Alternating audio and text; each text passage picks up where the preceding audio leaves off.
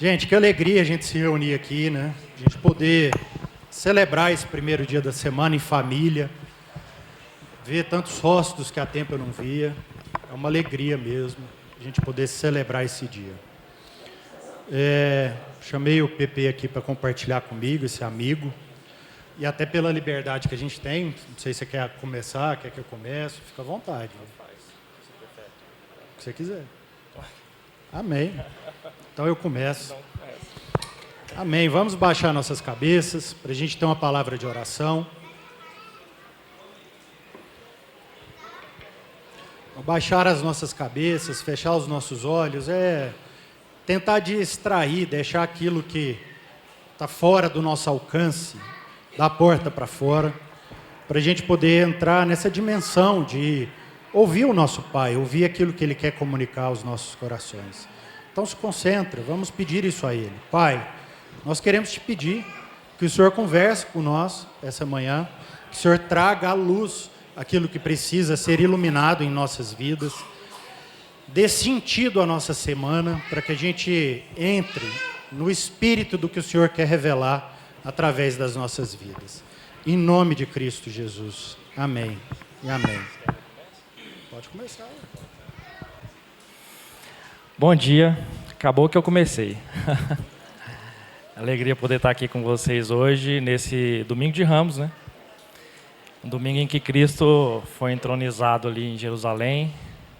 E eu acho que faz muito sentido, né, a gente estar aqui reunido hoje, né, como família. E eu estava pensando, Rafa, a respeito de algumas questões, né? Recentemente eu trouxe uma reflexão para o nosso pequeno grupo, que a gente tem lá toda quarta-feira. E minha filha está ali chorando, inclusive. Está muito baixo, né? Minha filha está aqui, inclusive, ela nem gosta muito que eu falo dela, né?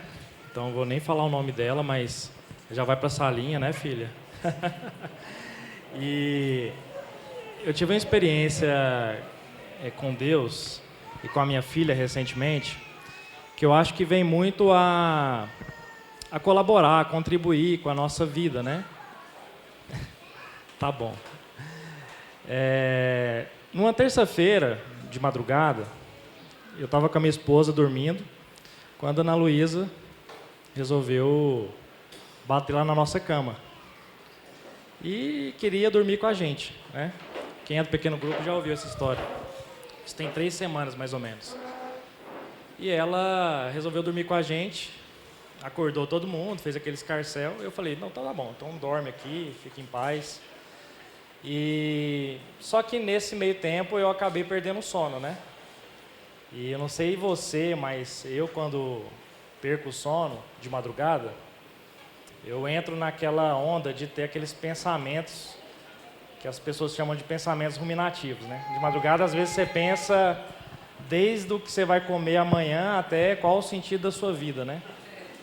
Passa pelos boletos que você tem que pagar no outro dia, aqueles problemaiada, e aí você fica ali naquela onda pensando e pensando e pensando, e muitas vezes você não consegue nem silenciar a sua mente, né?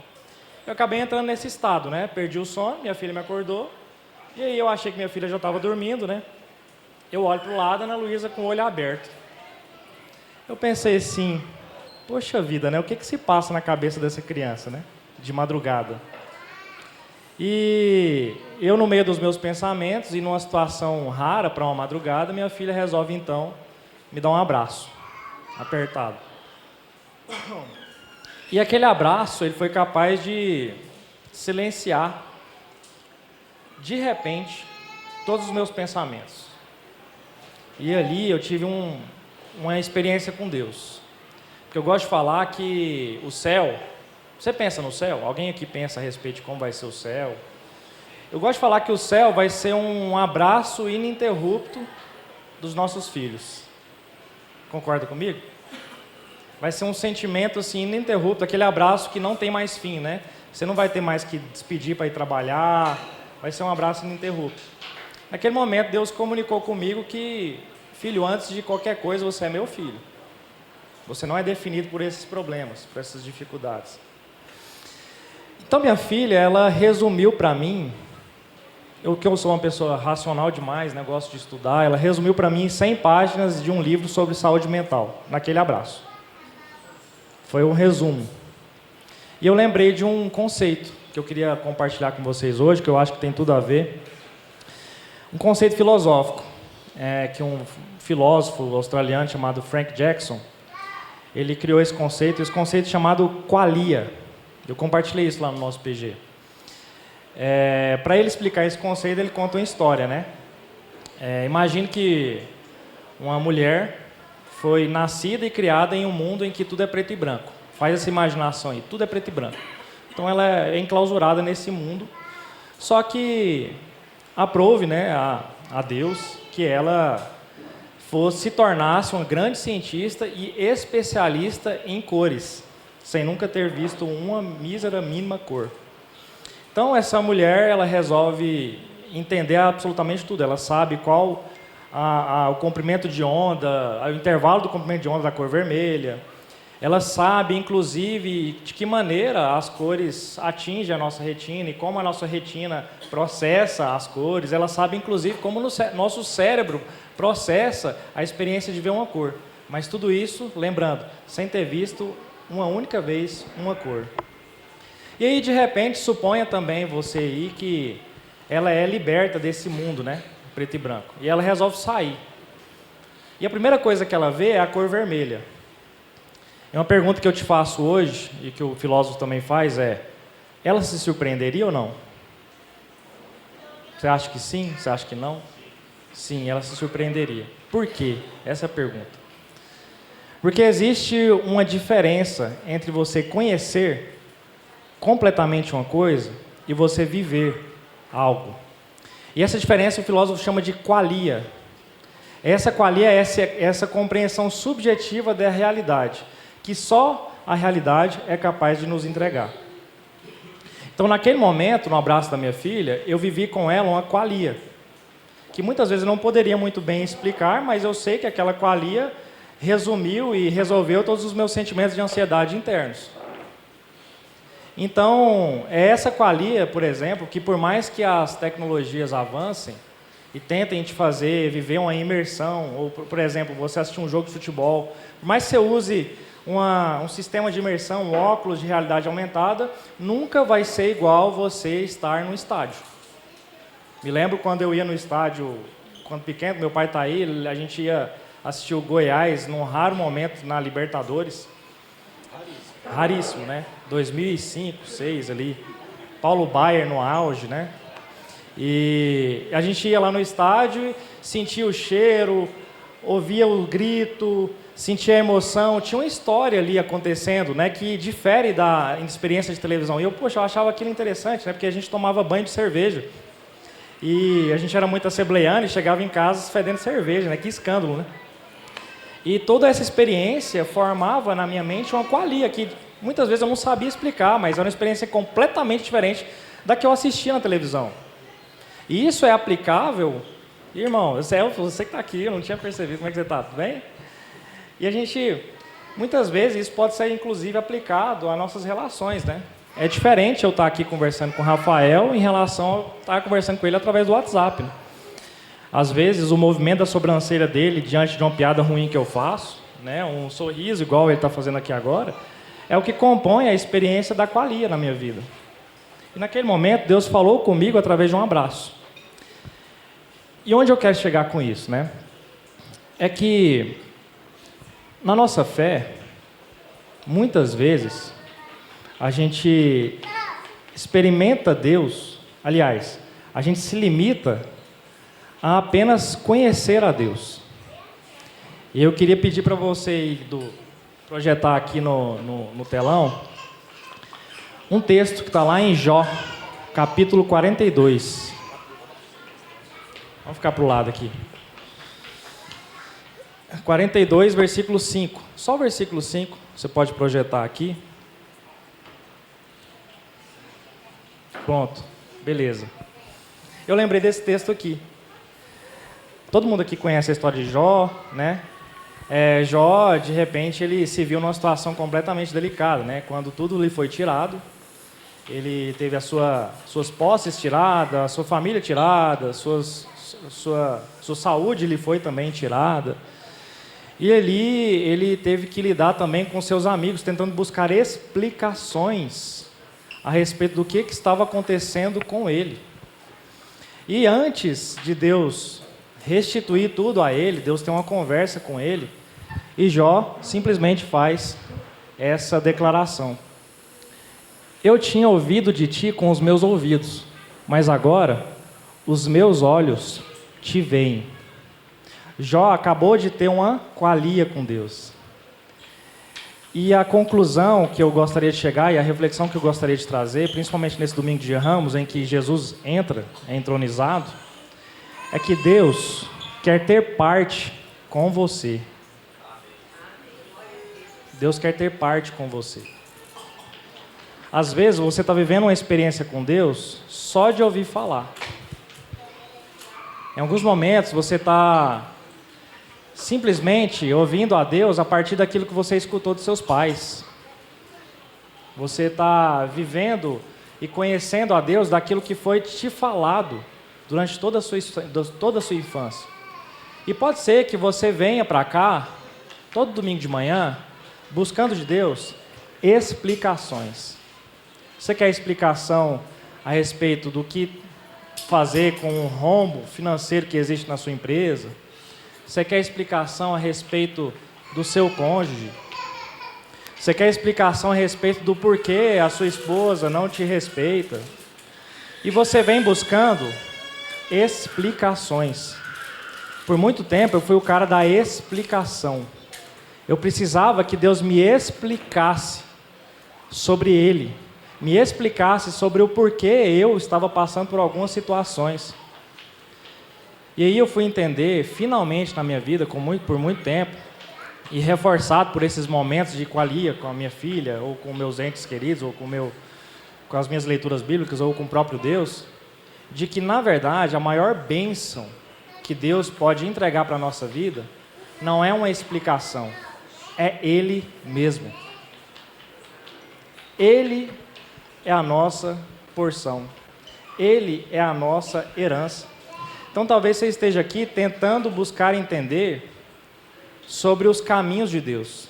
E Deus está tentando te falar que você precisa antes conhecer o Deus dos caminhos. Esse aqui é o ponto. Então antes de qualquer coisa, antes de você refletir a respeito de quem Deus é, de quem Cristo é, você precisa entender uma coisa. Deus Pai, naquela cruz, Ele buscou fazer uma busca de reconciliação. Então Ele buscou estabelecer entre nós e Deus uma relação, um relacionamento. Então a qualia que Deus nos chama para viver é uma qualia de relacionamento. A gente precisa então entender de uma vez por todas que Deus nos chamou para estar com Ele, para cear com Ele. Eis que estou à porta e bato. Aquele que ouvir a minha voz, abrir a porta, eu entrarei e farei o quê? Cearei com Ele. Imagino que uma boa parte das pessoas aqui ainda buscam explicações. Eu, durante toda a minha vida, uma boa parte da minha vida, busquei entender a Deus a partir das suas explicações. Eu busquei entender a Deus a partir daquilo que Ele poderia me explicar. Deus, me explica, me fala. Se revela para mim através dessas explicações. Mas hoje, Deus quer ter parte com você. Aquele abraço da minha filha me fez lembrar que antes de eu ler a Bíblia de cabo a rabo e tentar entender todas as minhas teologias sistemáticas, por mais profundas que pudessem ser, Deus gostaria de ter parte comigo. E essa é a verdade. E eu gostaria de encerrar minha fala citando o profeta Abacuque, Ainda que a figueira não floresça, ou que a videira não dê o seu fruto, ainda que não haja alimentos nos campos, eu me alegrarei em ti. Amém? Então, nesse domingo de Ramos, entenda uma coisa. Antes de ouvir a explicação que Deus tem para você, tente buscar estar com o próprio Deus da explicação. Amém? Então, assim, eu queria só fazer essa breve introdução para o Rafa entrar e... Amém. uma maravilhosa introdução para trazer a gente à presença, trazer a gente a esse momento de coalia. Porque um domingo de Ramos, ele não pode ser um dia específico do nosso calendário. Ele tem que ser um momento introdutório. Por que eu estou querendo dizer isso? Porque o judeu, o israelita, do momento em que Deus entrega para ele a história, ele não conta os dias até hoje da mesma forma que nós contamos. Então, na hora que você vê fazendo menção a um dia na Bíblia, ele está fazendo um dia específico de um calendário judaico, e não de um calendário gregoriano como é o nosso. Então, para o judeu, enquanto o dia começa no fim da tarde, para nós o dia começa pela madrugada. São diferenças culturais, mas que são relevantes para a gente entender todo o contexto do que é o Domingo de Ramos. Não sei se todos conhecem o Domingo de Ramos, porque o Domingo de Ramos é aquele momento onde Cristo entra em Jerusalém, montado em um jumentinho, e que todo mundo celebra. Todo mundo festeja aquele momento. Então, na nossa cabeça, muitas vezes, está a memória dessa encenação de um povo celebrando, um povo maravilhado, alegre, por alguém entrar num jumento numa cidade. E todo um povo abanando uma folha de palmeira para aquele que vinha. Mas, às vezes, isso não faz sentido para a gente, porque a gente precisa ler de acordo com aquilo que era a cultura daquela época. Para começar esse calendário, que é diferente. É diferente do nosso calendário. Por exemplo, o calendário judaico, ele é muito marcado pelas estações. Então, na época do Domingo de Ramos, era uma estação que começava um tempo chuvoso. Então, enquanto Israel, ali por março, abril, começam as chuvas da primeira colheita, da primeira plantação e colheita daquele povo, para nós aqui em Goiás é basicamente a época que estaria seco. Lógico que a gente está vivendo toda uma transformação, mas geralmente era um tempo seco. Março, abril era um tempo de sequidão. Enquanto para aquele povo, toda aquela paisagem começava a revelar para eles uma vida nova, uma vida de novo. Depois de um inverno onde eles viram a terra morrer, eles agora viam a terra renascer. Novos frutos, nova vida. Então, o calendário judaico ele é sempre marcado por esses eventos da natureza. E as festas judaicas, os tempos judaicos, eram para revelar esses tempos. Então, assim como em março e abril vinha esse novo tempo, também em outubro, o novo ano judaico celebrava uma nova estação, onde se haveriam novas colheitas. Então, esse é o tempo do Domingo de Ramos. Esse é o tempo que a gente celebra esse Domingo de Ramos. Não é o tempo que a gente imagina no nosso calendário. É o tempo que aquele povo via na terra as coisas renascerem. Amém? Então, eu queria abrir com vocês, lá em Levítico 23, para a gente também entender o que é esse tempo desse Domingo de Ramos. Lá em Levítico 23, a primeira leitura nossa vai ser do versículo 4 ao 6, tá? Que a gente vai passar pela Páscoa, por esse tempo que antecede a Páscoa, esse domingo que antecede a Páscoa. Amém? Então, lá em Levítico 23, de 4 a 6, diz o seguinte: estas são as festas fixas do Senhor, as reuniões sagradas que vocês proclamarão nas datas estabelecidas. A Páscoa do Senhor, que começa no entardecer do 14º dia do primeiro mês. No 15º dia desse mês, começa a festa do Senhor, a festa dos pães sem fermentos. Durante 7 dias, vocês comerão pães sem fermentos. Então, na hora que a gente lê isso aqui, a gente precisa entender e entrar naquele mundo que a gente está ouvindo falar, mas que às vezes a gente não está conhecendo a mensagem do que Deus quer revelar. Então, esse domingo que antecede a Páscoa, que tem na nossa memória, que era o momento que Cristo entrou em Jerusalém e que as folhas de palmeiras foram reverenciar o rei que entrava naquele lugar, que todas as pessoas celebravam aqueles momentos, era o 10º dia de Nissan, do primeiro mês. Esse 10º dia onde era escolhido o cordeiro que seria sacrificado. Esse 10º dia onde o cordeiro seria sacrificado, que é esse dia que estamos hoje, ele era apenas o início dessa festa da Páscoa. Esse início porque durante 4 dias, aquele cordeiro seria analisado, investigado, verificado pelas autoridades para entender se não havia nele nenhuma mancha, nenhum defeito, se não havia nele nada que imputasse a ele a impossibilidade de ser esse sacrifício. Então, 4 dias ficava aquele cordeiro escolhido à mercê daquele povo para ser totalmente instigado, investigado, para avaliado, para ver se ele poderia servir como sacrifício. Então, no 14º dia é que se iniciava a festa da Páscoa. Enquanto no 10º dia, nesse domingo de Ramos, o cordeiro era escolhido e apresentado à comunidade, ele ainda passaria 4 dias sendo investigado por aquele povo, para enfim poderem dizer, não, esse é o nosso cordeiro que será sacrificado. Amém? E esse é o 14º dia. Nesse 14º dia, de novo, ao anoitecer, porque o dia começa à noite, começavam-se os preparativos desse sacrifício. Então o cordeiro começava a ser queimado para ser sacrificado. Então esse é o símbolo da Páscoa.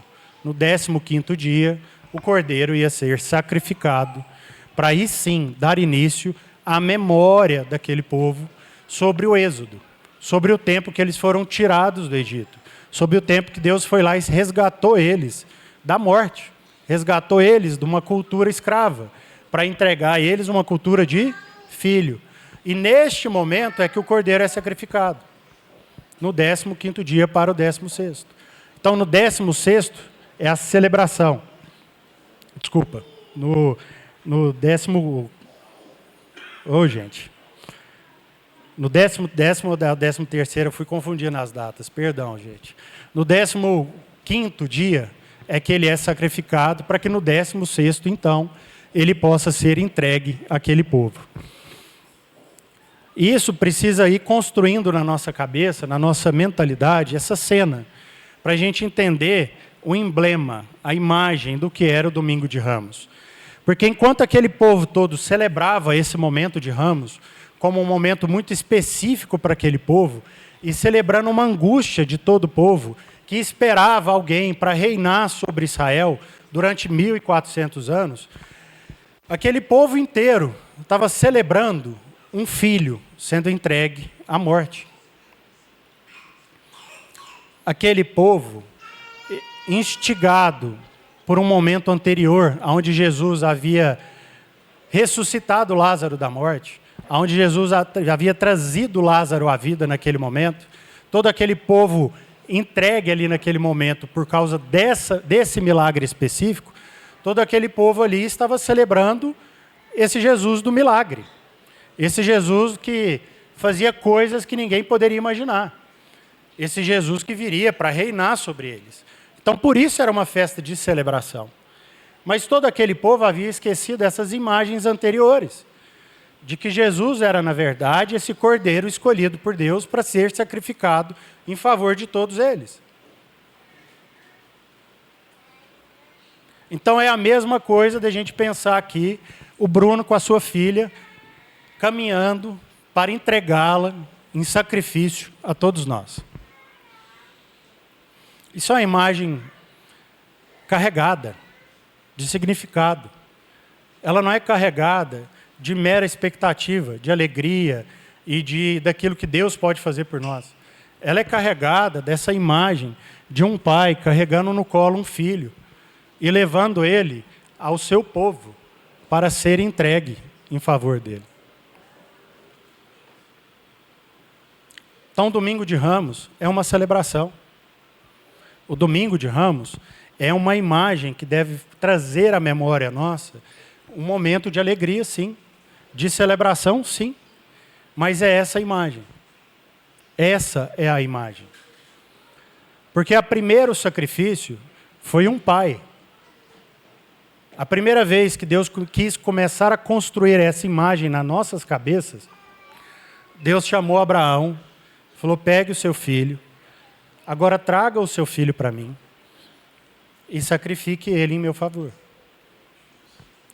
Tanto que numa conversa de Isaac com Abraão, Isaac perguntou: ai pai, mas e o cordeiro? E Abraão tem que falar e responder para o filho: não se preocupe, na hora do sacrifício, Deus proverá o cordeiro. Então todos nós conhecemos essa história de Abraão chegando com Isaac, fazendo o movimento de sacrificar Isaac, e só nesse momento é que Deus fala: não, calma, Abraão, calma, que eu preciso continuar construindo na sua cabeça uma memória, uma imagem. E essa imagem é de que eu já estou com o cordeiro aqui. Então agora aqui está o cordeiro, sacrifique ele no lugar de Isaac.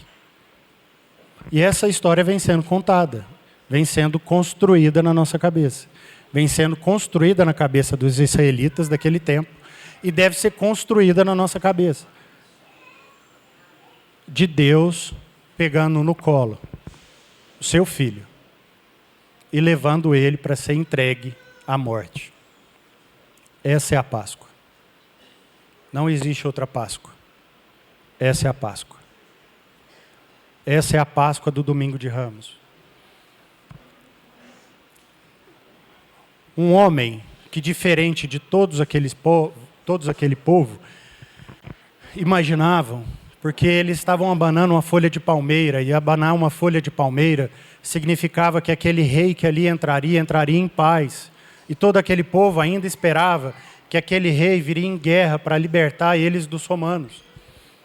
Todo aquele povo estava encarregado, estava carregado, pesado, das expectativas do que eles teriam para entregar ao rei, do que eles gostariam que aquele rei fizesse por eles.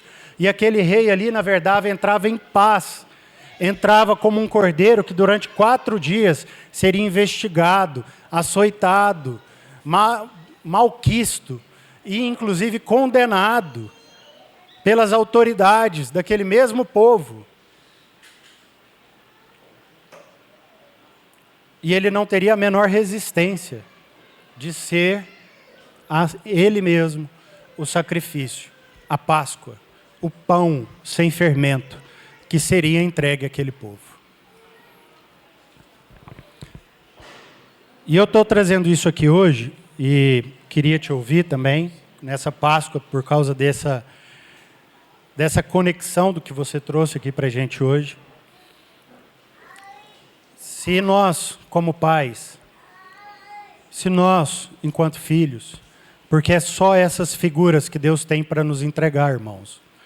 Deus não tem outra figura para nos entregar.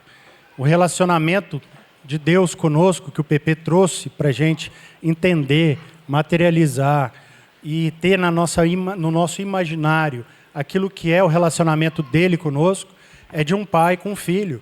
Então, nos nossos relacionamentos uns com os outros, somos pais e filhos e pais. Esse é o nosso relacionamento. Então, na nossa cabeça, no nosso relacionamento com o nosso filho, no nosso relacionamento com o nosso irmão, no nosso relacionamento com todas as nossas voltas, são uma materialização de um pai que pega no colo o seu filho e entrega ele para ser o sacrifício em favor daqueles que ainda não conhecem o Pai. Ou nós ainda estamos como pais que tentam cercar os nossos filhos, proteger os nossos filhos daqueles que ainda não conhecem o Pai? Qual é a figura paterna que nos molda? Qual que é a figura paterna que produz em nossa mente uma memória afetiva? A figura paterna de Deus nas nossas vidas é de um pai que agrada seus filhos? É de um pai que fica ali paparicando eles? É de um pai que fica ali tentando a todo momento satisfazer as vontades dos seus filhos? É um pai que vai colocar numa escola cristã evangélica para tentar ao máximo que ele se proteja dos seus irmãos? Ou a memória afetiva que nós temos construída de um pai com um filho é de um pai que chega para o seu filho e fala: vai lá, meu filho, seja o cálice em favor dos seus irmãos. Meu filho, você é o cordeiro que será sacrificado, açoitado, torturado, para que no fim dos dias você seja aquele pão que alimenta o seu irmão. Qual que é a imagem de Deus que nós estamos construindo, irmãos? Porque não pode ser outra. Eu não posso chegar para o Bruno e falar: Bruno, proteja essa criança. Faça de tudo para que ela não sofra na vida. Faça de tudo para que ela não sofra nenhum tipo de abuso. Faça de tudo para resguardar ela dos irmãos dela. Eu não posso ser esse pai. Porque não foi esse pai que eu fui ensinado a ser. O pai que eu fui ensinado a ser é aquele pai que vai olhar para o Miguel hoje cedo e falar para ele: você é a resposta dos seus irmãos. E que quando ele voltar, muitas vezes assim, magoado, chateado: ô papai, meus irmãos, meus amigos lá estão me batendo, meus amigos não estão brincando comigo, meus amigos estão me ofendendo. E eu vou ter que chegar para ele e falar: filho, vai lá e mete a mão na cara deles. É isso que eu vou falar? Não, filhão. Se você não volta aqui em casa, se você tomar um tapa na cara, não.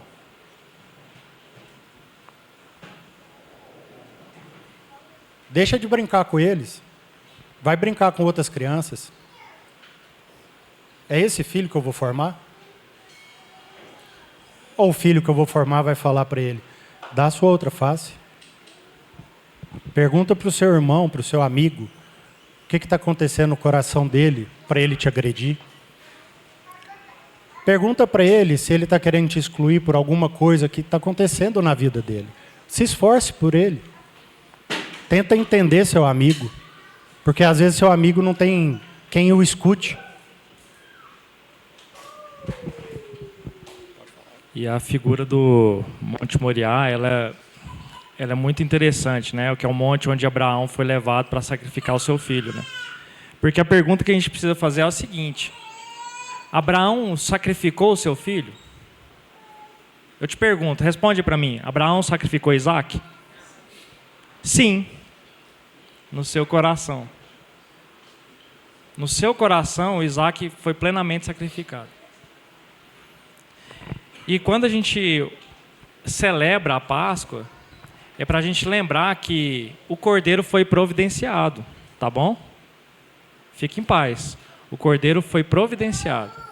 E o chamado nosso como discípulos de Jesus, que vivem essa qualia com Deus, essa presença com Deus, é para que a gente sacrifique diariamente os nossos Isaques. É que a gente sacrifique diariamente aquilo que a gente tentou por muito tempo colocar no lugar de Deus, do próprio Deus. Então o chamado de Páscoa é esse chamado também. Quando a gente pensa a respeito do sacrifício de Cristo, é esse chamado. O Cordeiro foi providenciado. O mais interessante é que lá no Monte Moriá, a resposta de Abraão para Isaac é uma resposta altamente profética. Porque ele diz o seguinte: Deus há de providenciar um cordeiro, meu filho. E o cordeiro foi providenciado. Então, é para a gente começar a entender, Rafa, de uma vez por todas, que a gente está aqui, se a gente ainda está aqui buscando explicações de Deus, se a gente está aqui tentando entender o que eu vou fazer amanhã, na segunda-feira, porque eu estou aqui justamente para eu escutar uma palavra de Deus para aquilo que eu estou empreendendo amanhã. Amanhã eu preciso, por isso que eu estou vindo aqui. A gente não entendeu o sacrifício de Cristo. Não entendeu. Não entendeu. Então, nesse domingo de Ramos, e essa semana, né, que se segue, né? Aí a gente vem para sexta, sábado, domingo de Páscoa. que a gente possa ser lembrado que o sacrifício, ele nos proporcionou não um conhecimento indireto, não nos proporcionou algo distante, como se nós fôssemos observadores distantes. E é esse sacrifício, inclusive, que faz com que o cristianismo não seja apenas mais uma filosofia a ser seguida. Você está aqui, você não está seguindo uma filosofia. Diferente do budismo, de outras religiões, você não está seguindo uma filosofia. O cristianismo é um chamado para o sacrifício. E esse sacrifício precisa efetivamente te colocar na presença de Deus, como participantes do plano de redenção. Então não tem como mais, a partir do momento que a gente conhece essa verdade, de que a gente crê na ressurreição de Cristo, como a gente diz que crê, a gente continuar vivendo essa vida medíocre, sem entender o que significa de fato o sacrifício. Então o chamado de Deus para nós hoje é para a gente finalmente escute aquilo que Ele tem para dizer para nós. Às vezes eu gosto de falar assim, que Deus muitas vezes nos dá um cala-boca. Para de falar um pouquinho, para de barulhar um pouquinho, começa a escutar um pouquinho mais, começa a compreender um pouquinho mais, que você vai entender que este sacrifício precisa efetivamente te levar a viver uma presença com Deus, um relacionamento íntimo com Deus. Para de querer achar que as coisas mais importantes da vida são aqui as coisas que Deus pode te entregar. As coisas mais importantes da sua vida não é o filho que Deus pode te dar, não é o casamento que Deus pode te dar, não é a empresa que Deus pode te entregar. O anseio primeiro da nossa alma é estar com o próprio Deus. Assim como Santo Agostinho dizia lá em suas confissões: o meu coração precisa e tem sede de ti, e ele vai permanecer inquieto se ele não repousar em ti. Então esse é o ponto. Que a gente possa fazer como Abraão, de fato. Sacrificar os nossos filhos no nosso coração.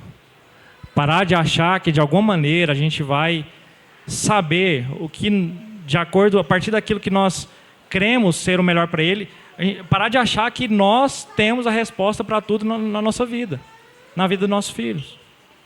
E passar agora a entregar nossos filhos para Deus. A entregar a nossa família para Deus. A nossa casa para Deus. Se a gente gosta de falar que o MOL, né, o Alpha Mall é uma igreja cheia, né? Mas se a maioria das pessoas entendessem a mensagem que é falada aqui, talvez fosse uma das igrejas mais vazias de Goiânia. Né? Porque se de fato você entender o que a gente está falando, você vai entender que essa mensagem é uma mensagem que na verdade confronta. Que vai fazer você pensar amanhã. Que vai fazer a minha vida pensar amanhã. Que vai fazer a gente refletir de fato se a gente tem sacrificado os nossos Isaques. Se a gente tem buscado a presença de Deus ou aquilo que Deus nos entrega.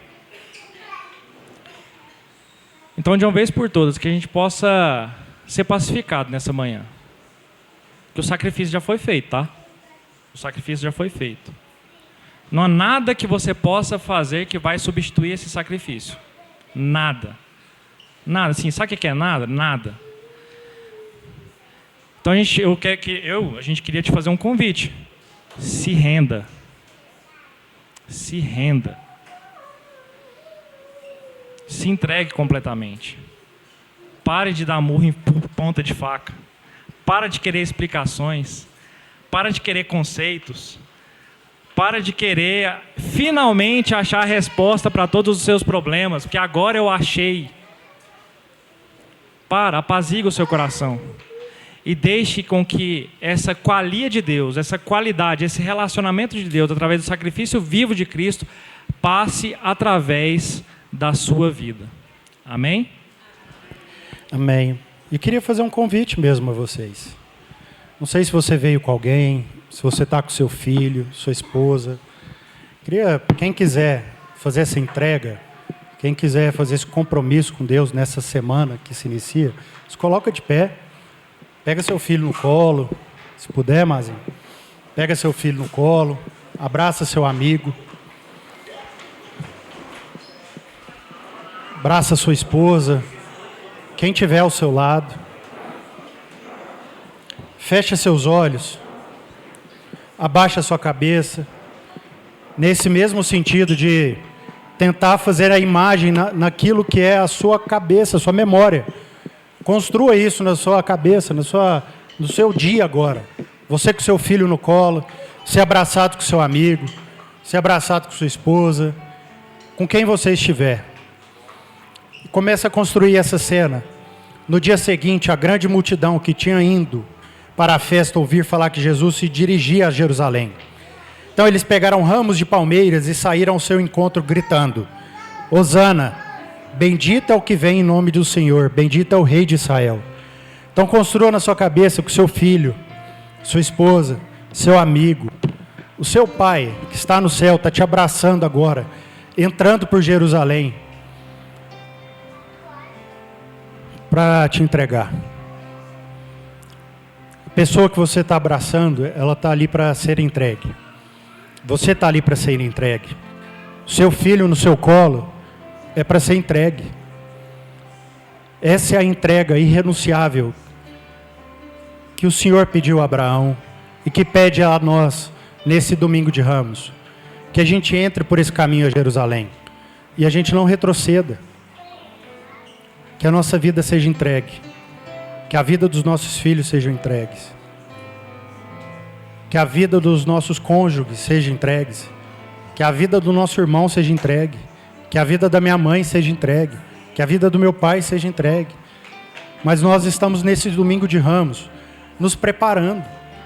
São 4 dias de preparação, onde todos os dias a gente vai lembrar dessa cena, da gente entrando, um povo celebrando, um povo se alegrando. E se alegrava porque ali havia esperança na vida deles. Ali residia a esperança deles finalmente conhecerem quem Deus é. Ali era a esperança de que eles veriam algo diferente do que eles já veem. Ali não haveria alguém que buscaria o próprio direito, ali não haveria alguém que tentaria reverter a ordem em seu benefício, que ele não tentaria nada, ele apenas se entregaria. Essa é a imagem a ser construída nesses 4 dias. Para que no próximo domingo, quando a gente se encontrar aqui novamente, seja um momento de muitas ressurreições na cidade de Goiânia. Porque nós passamos por ela. Não como quem quer cobrar da cidade algo. Não como quem quer cobrar do outro algo em seu favor. Mas como quem estava ali, sendo o cordeiro, a ser sacrificado, num final de tarde, em favor da sua família. Amém, Senhor Pai, esse é o compromisso. Esse é o compromisso que fazemos hoje com o Senhor. Nesse domingo de Ramos. Nesse domingo de apresentação do Cordeiro. Nós fazemos o compromisso de nós, todos nós, os nossos filhos, todos os nossos familiares, sermos o sacrifício vivo do Senhor aqui nessa terra, Pai. Porque é assim que aprendemos com Cristo. É assim que nós somos parte com Ele, Pai. E esse é o nosso compromisso nesse domingo de Ramos. Amém, e amém, e amém.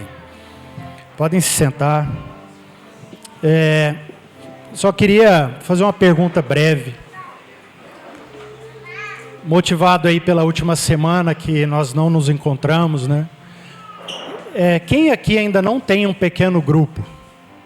Levanta a mão, por favor. Tá.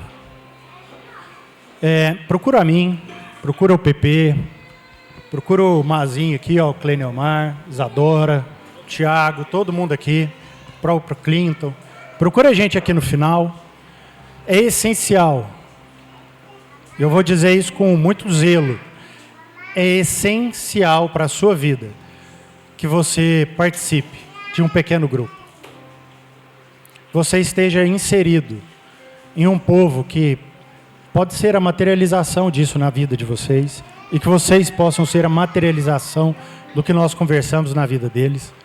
Então, não deixe de nos procurar. Eu sei que ao final aqui do culto. Muitas vezes a gente tem outros compromissos, mas tire esse tempo para se inteirar, saber como encontrar um lugar, um povo para você pertencer. Amém? Amém. Também vamos deixar aqui espelhado os compromissos de família. A gente ressalta isso sempre. Não é um QR Code ou uma conta de uma obrigação que você tem, porque essa conta já foi paga. A gente está celebrando nessa semana uma conta que já foi paga por nós. É apenas um compromisso de família. Se você faz parte dessa família, se comprometa com aquilo que é a parte que lhe cabe. Nem mais, nem menos. Não amaldiçoe os seus recursos, entregando menos, assim como não amaldiçoe, entregando mais do que Deus te pediu. Amém?